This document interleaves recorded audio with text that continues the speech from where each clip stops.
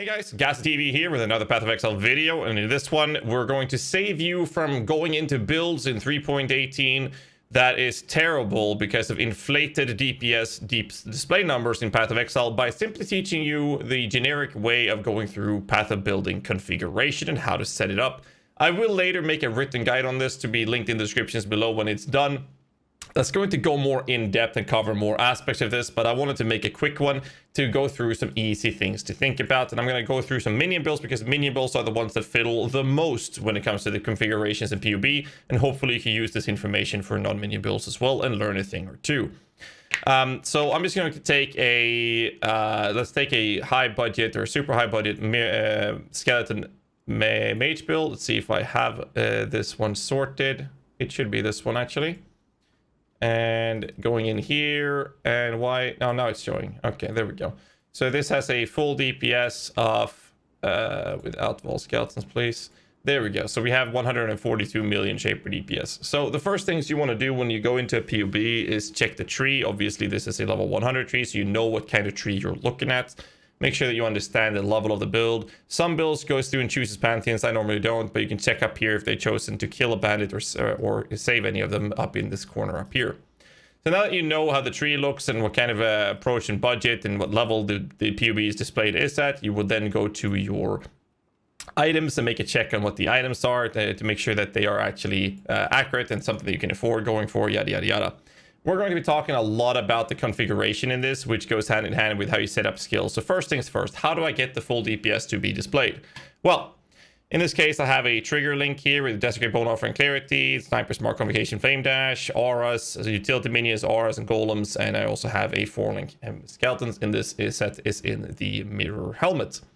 So I can click on the button in here that says include in full DPS. If I take this away, this little information goes away. By clicking it, it goes back up. The reason I have checked enabled is because it's enabled. I have these two for clearing purposes, but they are not enabled. So these support gems are not actually active. Only the ones that are enabled are actually active.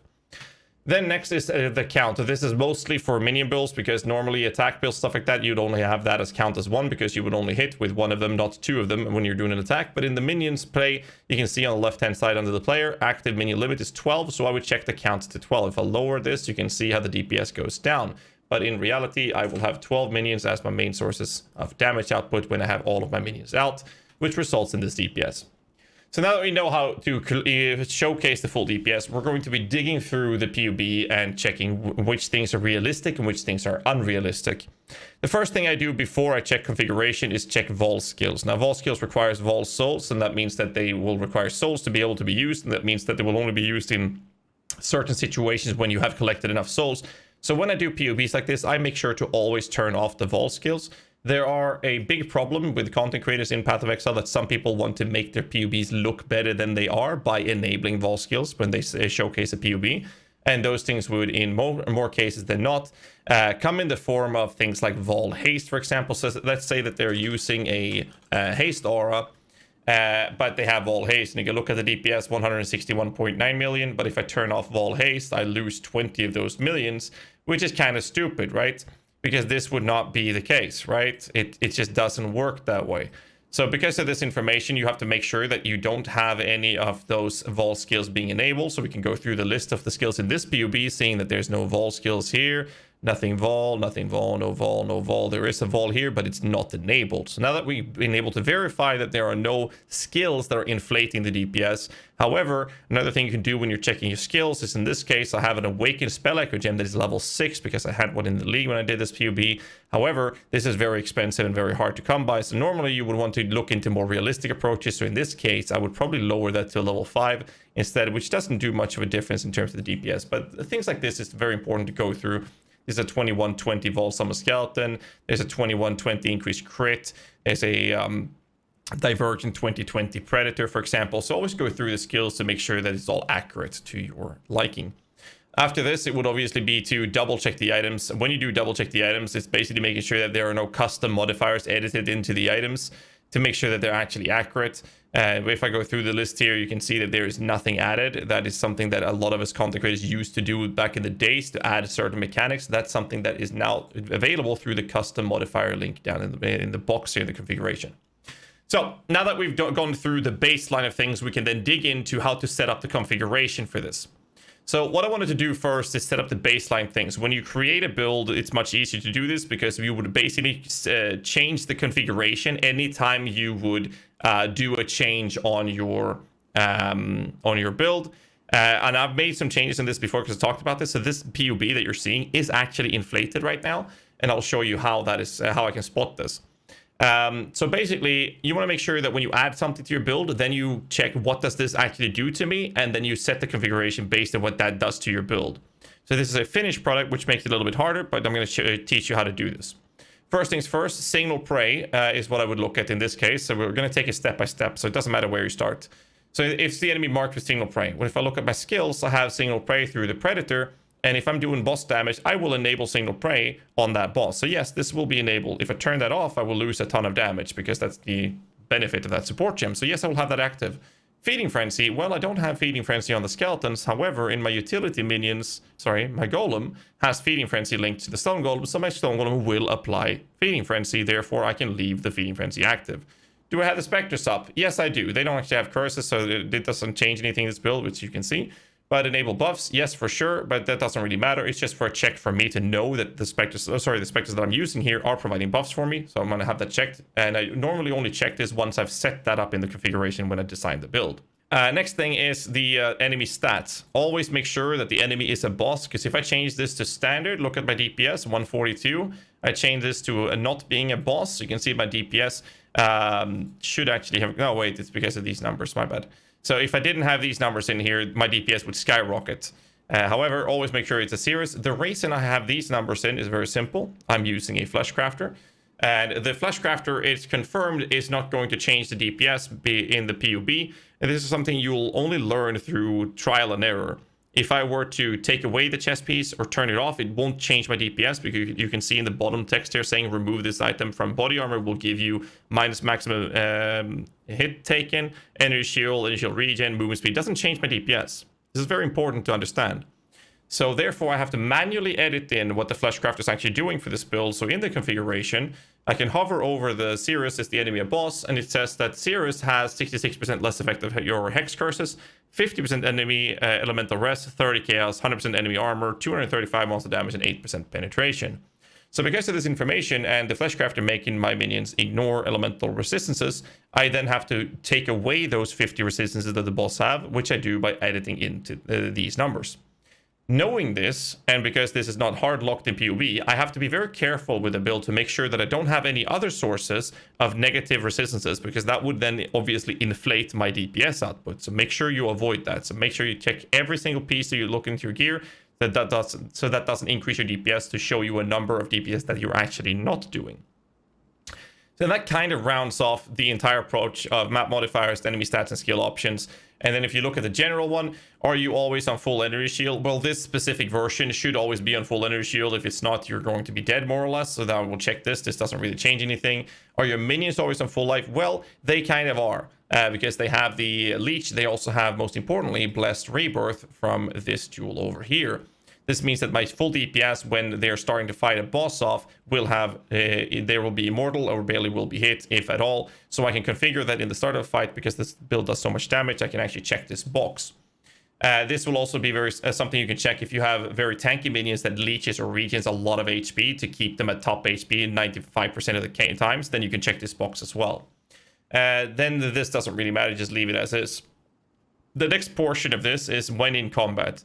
Do you have power charges or frenzy charges? In this build, I actually do have frenzy and power charges, because I know that we're using utility minions and we're using specters. And if we look at banished specters, this one has a pale seraphim, which I've actually taken away from this build, and it won't change my DPS by doing so, because I've decided that it's better to use Carnage Chieftains and Host Chieftains.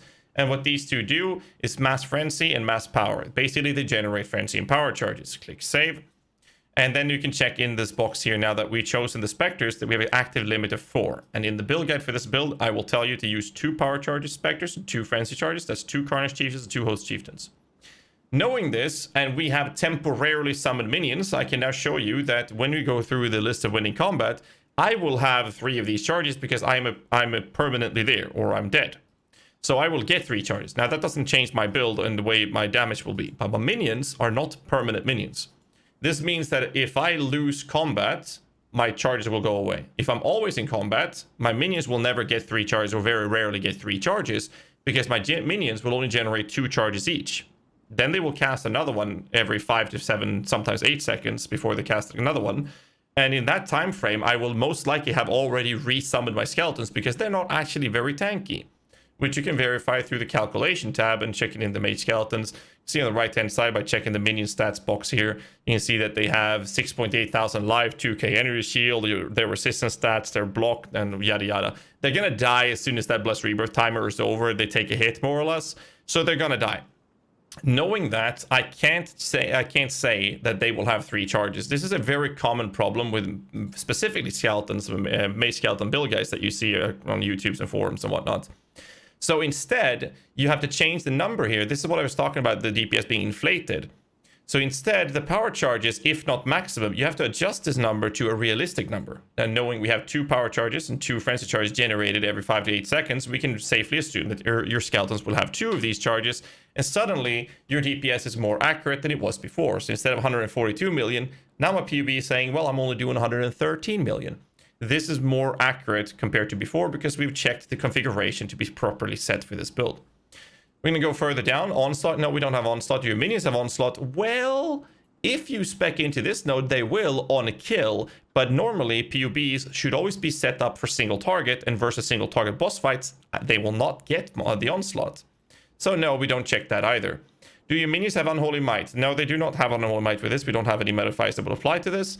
Fortified. Well, we do have Fortified, but that's from a different approach. We can actually fix that later if you want to look into that, because we only have a certain amount of stacks. We will have 10 stacks of this, but you can check this to show your defensive stats a little bit better, because we're going to use a Kingmaker on the Anime Guardian, which I'll talk about later as well.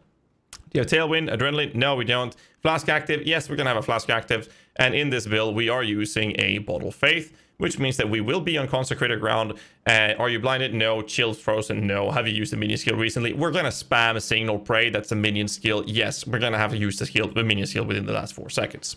And that kind of concludes how to configure this specific build for winning combat with minions. So then we're going to look at, it's a bit hard to see there on the screen, so I'm just going to move this a little bit so it's easy for you guys to spot. That didn't help. There we go. So is your crit chance lucky? Well, that's only for us. Doesn't matter. Enemy moving? No, probably not. And doesn't affect us. Enemy bleeding? Same thing there. Poison? No. Maim? No. Blind? No. Burning? Yes. Our minions will be critting. They're doing fire damage. They will apply burn. That means they're going to be ignited. Are they chilled? Yes, they will be. They will definitely be chilled. Are they going to be shocked? Yes. The value on shock, you should normally leave completely locked. This POB specifically is a mirror tier POB, which means I've run numerous tests versus endgame bosses to verify how much damage are they actually going to be doing versus Cirrus, for example. And because of that, we can simply calculate the damage of how much shock they have. For example, if you do a 25 million hit versus Cirrus, you would divide that with the total HP of Cirrus HP, which is about 70 million.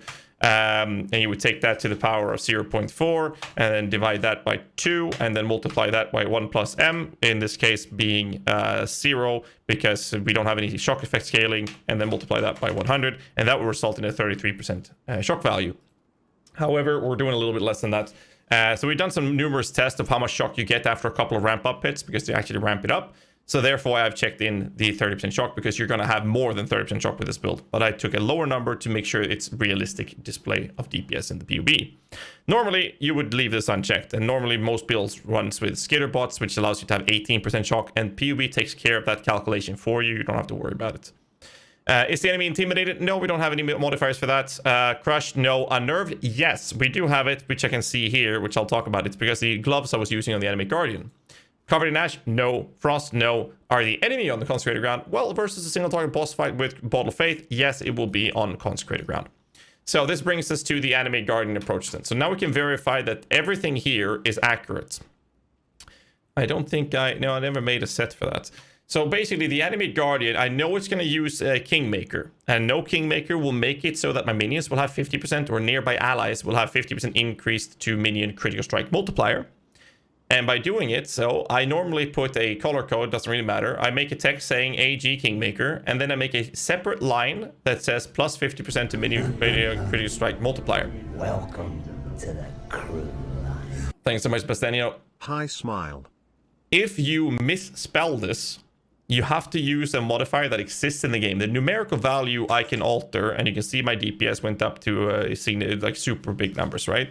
However, you have to use a modifier that exists in the game. This is where it gets really tricky with setting up the configuration. So if you look at my DPS and I misspell this modifier by removing the plus sign, like this, you can see that my DPS went down. That's because this modifier no longer works. Because there's no modifier that says 50% to minion crit. It has to have a plus sign to be correctly spelled, and therefore I can now verify that it actually is functional in the POB.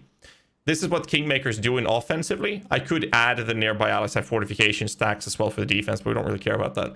However, they do give culling strikes. I've added that exactly correctly spelled as it is on the Kingmaker. The nearby enemies taking increased elemental damage is from a elevated Shaper helmet that makes nearby enemies nearby the enemy guardian take increased elemental damage. So I added that one. Same thing here. If I accidentally misspell this modifier, the DPS again goes down. If I correctly spell it, it will function. The other one is the unnerved gloves. This is not something I need to worry about, because if I do a hashtag before that, it's not going to change the DPS. The reason I have this in here is to remind myself that I have unnerved gloves on the AG, and that's why I have checked the unnerve in the when in combat, sorry, for effective DPS section. So this is how I would set up a Mage Skeleton POB. I'm going to show you a few other things as well that you have to double check when it comes to setting up configuration to verify how much DPS you have. For example, let's say you have 3 Spectres. You would obviously remove one of your power charge Spectres. In this case, I would remove instead of having 2 power charges, I would move that into a number 1 instead, because that is more realistic. If you're not using Fleshcrafter, well, you'd have to remove these 3 modifiers in here that I've added to make sure that it's accurate to what the DPS is. Do I have unnerved gloves? Well, if I don't have unnerved gloves, I will remove this and uncheck the unnerve from there, and you see that my DPS is now 90 million. Well, maybe I'm using Mask of the Stitch Demon helmet and not a Shaper helmet. Well, I would remove that modifier from the custom modifiers, and now my DPS is lower because I'm not using that. I'm not using a Bottle of Faith, for example. Well, then I would take away the Consecrated Ground, and suddenly you can see the DPS is going down again. Again, to make sure that you always check the configuration to be accurate to what you actually have in your build. I'm going to show you a lower budget POB as well. Let's take a Holy Relic build on low budget, and we're going to talk about a few other things. First, check the gear level. Okay, this is level 92, killing all the bandits. Pantheon is actually enabled in here. All right, doesn't seem to be that bad. There's no clusters. This is a very low budget tree at least. Let's look at the gear pieces. Well, there's a Joffrey's Crest that costs like nothing. Tabula Rasa. There, in this case, you can see that there actually is a Brittle Boots effect in here. I've added Brittle Boots saying soccer spells have 5% plus critical strike chance. Okay, we're going to keep that in mind and see where that leads us. Weapon, pretty low budget. That's nothing. Well, that's actually probably the most expensive item in the build. Not too expensive. That's fine. Generic pair of gloves with benchcraft min damage. Boots. Oh, well, this one drops brittle ground while moving. That's why this modifier is in there. Because sometimes there's a bug. If I put a tag saying plus minions have plus 5% to critical strike multiplier, that doesn't always compute with some of the minions. You always have to verify these numbers, and that's why I've edited the Tabula Rasa to have socketed spells, because the Holy Relic in this build is in the Tabula Rasa. So this modifier is there to replicate or simulate what the Brittle is doing for this build. So checking out the other items. Okay, this seems fair. That's fair. Just a Darkness and Throne. Pretty low body trash jewels. A bunch of magic flasks. That's nothing special. Nothing special. And again, nothing special. Same thing there. Okay, so now we've verified that the gear doesn't look crazy, but we do have to keep in mind why I had the Tabula Rasa modified like this. Next part, check for the approach of inflated DPS. Holy Relic. Okay, there's no Vol skills, nothing, and nothing in the placeholder, and nothing in here as well. These are disabled, so I don't have to think about that one. Great, okay. So we know for a fact we're using Joffrey's Crest. That gives us 2 Holy Relics. Full DPS being displayed down here, 1.5 million, included in full DPS. That's why it's showing up. Holy Relic, count as 2, confirm, Predator 1, great. There's an Meixsell is not enabled here. Okay, I don't know why that's there. Either way, we've double checked that everything here is now correct. We have also double checked that the item's correct with a little note about the tabula rasa, which you can then check that in the Holy Relic, it's linked in the body armor. And now I understand why that modifier is there. So I can verify that the skills and items are now actually accurate. And then we're going to go through the skills one last time and see that there are auras here and double check that you can reserve everything, of course. And I can see that in this case, I have utility minions, but there's no feeding frenzy here. That's a bit odd. So we need to find out where we have the feeding frenzy in this specific situation. We look at the golems. Oh, well, there we have it. Feeding frenzies for the golems. Now I know that that's going to be in the configuration. Utility minions has specters. Okay, let's have a look at the specters then. Utility minions, specters, Carnage and Host Chieftains, okay, but there's only 3, okay, information that we need to check the configuration. So now we're going to move over and check the configuration. In this case, we're going to look into this. So we do the same thing here. Check the enemy stats, Cirrus, no resistance changes. Okay, that looks fine.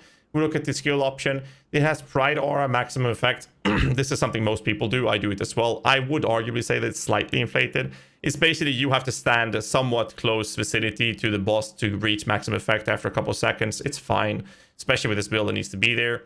Warcry power shouldn't do any difference. It's just about armor here, so you can even remove that. The Holy Relic Boon Aura doesn't do anything. Enable Curse doesn't do anything. Buffs, again, just to check for the charges. And then the maximum effect, we talked about that. Meat Shield, well, in the Holy Relic, we actually are using Meat Shield as well. So that one should be there. Feeding Frenzy, yes. Signal Prey, yes. So now we can verify that this box is accurately displayed based on what we've checked on the gear and the skills. Next part, map modifiers, player debuffs. There's nothing changed here. Good. We can move on. Do you use Frenzy charges? Well, I will have 3 charges. Will I have Endurance charges? Well, with this build, I will have 3 charges with this build. Do my minions have power charges? Yes. Do they have Frenzy charges? Yes, they will. However, my minions in this case, they are permanent. So as long as I'm in combat, my minions will get 3 charges. So I don't want to change these because the Skelly Mage version had temporarily summoned minions that would resummon with no charges and they would have to get the charges again. This build will have them permanently there and they will build up 3 charges and maintain them after 5 to 6 seconds.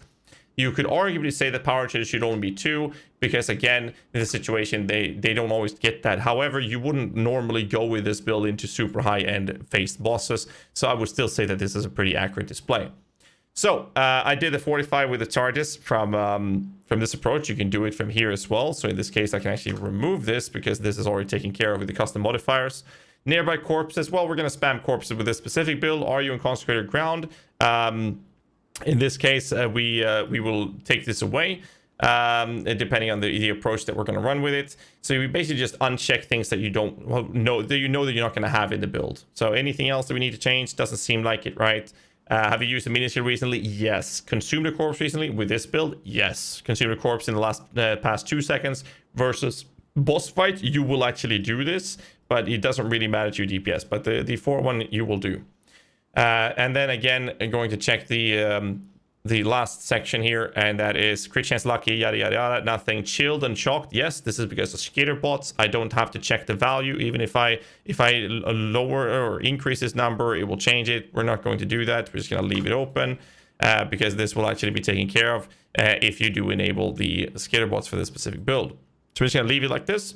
And everything else seems fine. So then we're going to look at the custom modifiers. Why is there modifiers in here? Well, there's text here saying enemy guardian. Okay, great. Now we know there's an enemy guardian. Nearby allies spells have Culling Strike. Doesn't really matter. Nearby allies have Culling Strike is all we need.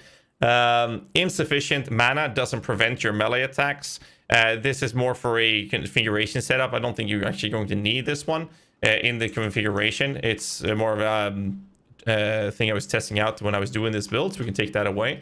So the enemy guardian is wearing a Kingmaker and nothing else that benefits our DPS output. So nearby has 10 fortification charges, they get crit multi, and they get Culling Strike. That's all we're going to add in this low budget approach for enemy guardian. That's it. However, now we get to another thing that we need to double check. The way the Holy Relic works is very different compared to Mage Skeletons, where you just summon your minions and they will do their damage. In the configuration, sorry, in the calculation of Holy Relic, you can see that it's a thing called trigger rate cap. This is because the Holy Relic will actually do their damage based of how many times, based of you hitting an enemy with an attack, And therefore, you need to actually double check that the configuration is correctly set. In this case, I cannot hit more than 4.33 times per second. And therefore, I have to look at what ability am I using to hit with. In this specific version, thanks so much, Lance, for the sub, man. Appreciate it. Welcome to the crew. A lil prime for the Gaz. Thanks, man.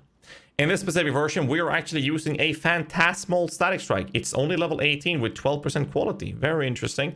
But we're going to figure out why. Because this one has a 4.33 attacks per second, so we want to be as close to that as we can. So then I can look at this box here and check in the static strike, and we can see that the beams are hitting with an attack rate of 1.84.